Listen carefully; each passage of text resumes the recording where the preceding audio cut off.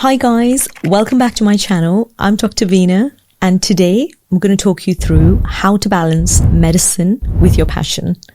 I'm going to give you 7 tips that worked for me while I was a junior doctor trying to balance being a professional dancer and my junior doctor training. I want to encourage you to not underestimate yourself. Being a doctor is an absolute privilege. Some of the skills you get to exercise every single day are going to be so transferable in any other career or any other kind of area of work. Number 1, prioritizing. It's important to know that I see this as a muscle.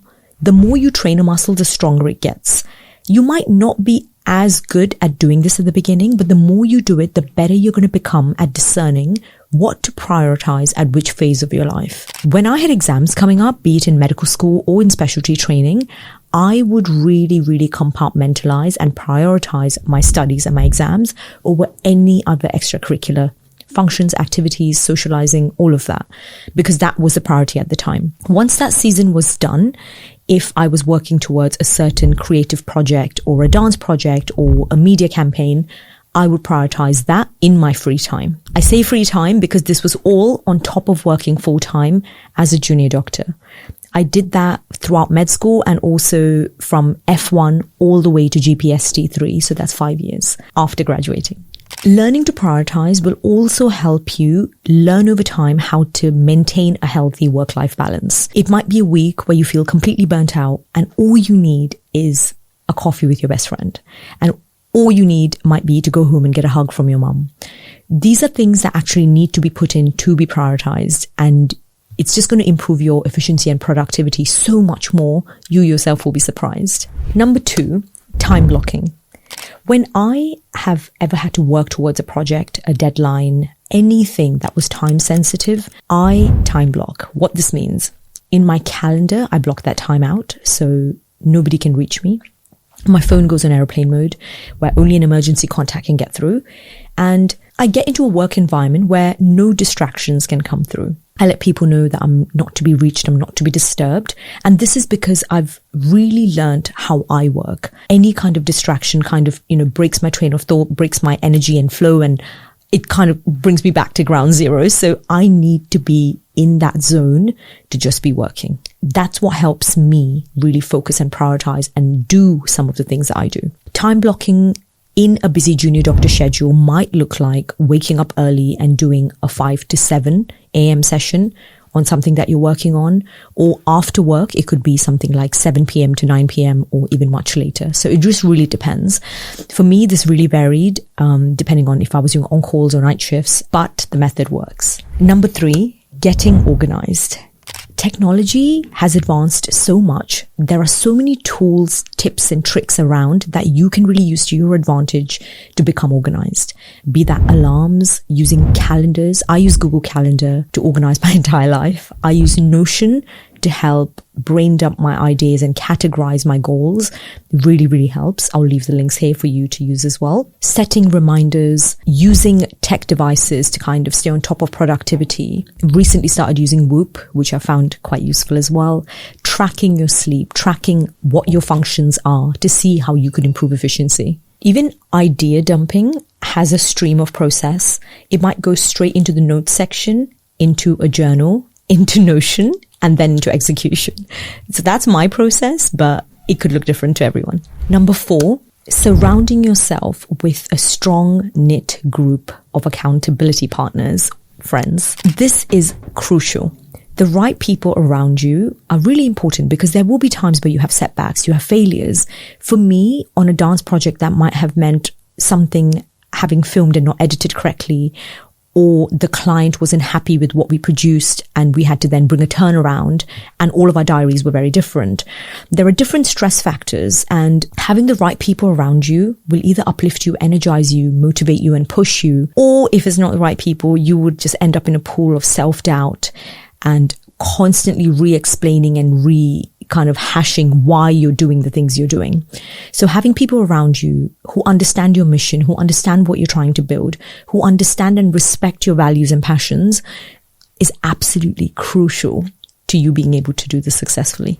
And number 5, I call these 0 days, and that's obviously from being a junior doctor, that's kind of instilled in me. Because most days I would be doing long hours in hospital and then trying to get to the studio, rehearse, film, edit, or working on all the other projects, there would be some days where I do absolutely nothing. And by nothing, I mean nothing. Maybe just read, watch TV, play with my dog, just do nothing. Those days really helped me rebalance, realign, and get back to my core to then come back to work with a lot more energy. So I now schedule those days in sometimes. It's not as frequent. I don't have that luxury because I've taken on a lot more work. It might even be once a month where I try to get an evening or an afternoon that way. It doesn't have to be a whole day, as we say, but it makes a big, big difference. Number 6, setting goals. It's important to have some vision or some idea of what you're working towards. I say some idea because sometimes you might just be passionately working at something and you don't know what the end goal is, and that's fine too. But you need some direction. Otherwise, you're just going to be swayed left and right, and you're going to get so distracted by things that come your way. It's going to be really hard to navigate and bring that energy back. So I really believe in having accountability to myself for short-term and long-term goals in the area that I'm trying to achieve. It's okay if you don't hit them, but the fact that you have them written down somewhere that you can go back to and remind yourself, okay, this is what I'm working towards. This is my why, and this is why I have to keep going. Finally, having board meetings or ward rounds with yourself.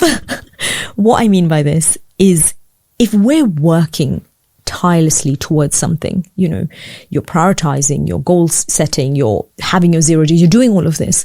It's important to sometimes take a step back and look at what you have done. Look at the things that went well, that didn't go so well. What did you learn? Who are the new contacts you made? Who are the contacts you want to make? These are kind of the things in these board meetings, as I so say. Now I have a team, so I sit with the team and I'm not just sitting there talking to myself, which was the case for a long time. So I would really encourage doing that to ascertain, are you being fruitful in what you're trying to do? And if you have to learn something, or if you have to fail at something, fail quick, learn fast, and move, with conviction. I hope this encourages you, because these are practical things that have actually helped me throughout my life, specifically being a junior doctor. The pressures on your time are so much. I remember having to beg, borrow, steal to get certain days off to be able to attend my best friend's wedding functions or to travel somewhere. You're absolutely tied and shackled to this rota that dictates your life as a junior doctor. So getting on top of your goals and your life and your priorities is really important. Otherwise, you're just going to be caught up in the black hole that is junior doctor training. By doing these things, I have managed to stay on top of my clinical work. I have been able to teach dance, which was a passion and a hobby, but then I was able to also give back and fundraise for a lot of different charitable causes through that. I lead and run a charity, SADA, which is South Asian Diabetes Association, in memory of Helen. I have a podcast that I run. I do media work in media roles, and there's a lot of other interesting projects that are coming my way, which I now feel confident to work towards because of the skills I was able to build and kind of refine in those crucial medical years as a junior. So don't think of it as a waste. Don't think of it as, oh my God, these are like the best years and I'm stuck in this hospital or I'm stuck on this job. There is light at the end of the tunnel. It is absolutely possible to balance your passions and work. You have to kind of fine tune at what point, what you give more energy to, but it's absolutely possible. Depending on what your passion is, you might also be able to make money from it, and you might be able to balance it with medicine and then decide at what point which one goes half, less than full time. It could be the medical role or it could be the passion. I hope this video helped you. This is a question I get asked all the time, and these are some of the actual practical tips I use. Please feel free to share this video with someone else that you might think may find it useful. You can leave some comments below or write to me and I'll do my best to help as well. Thank you so much for watching. See you in my next video.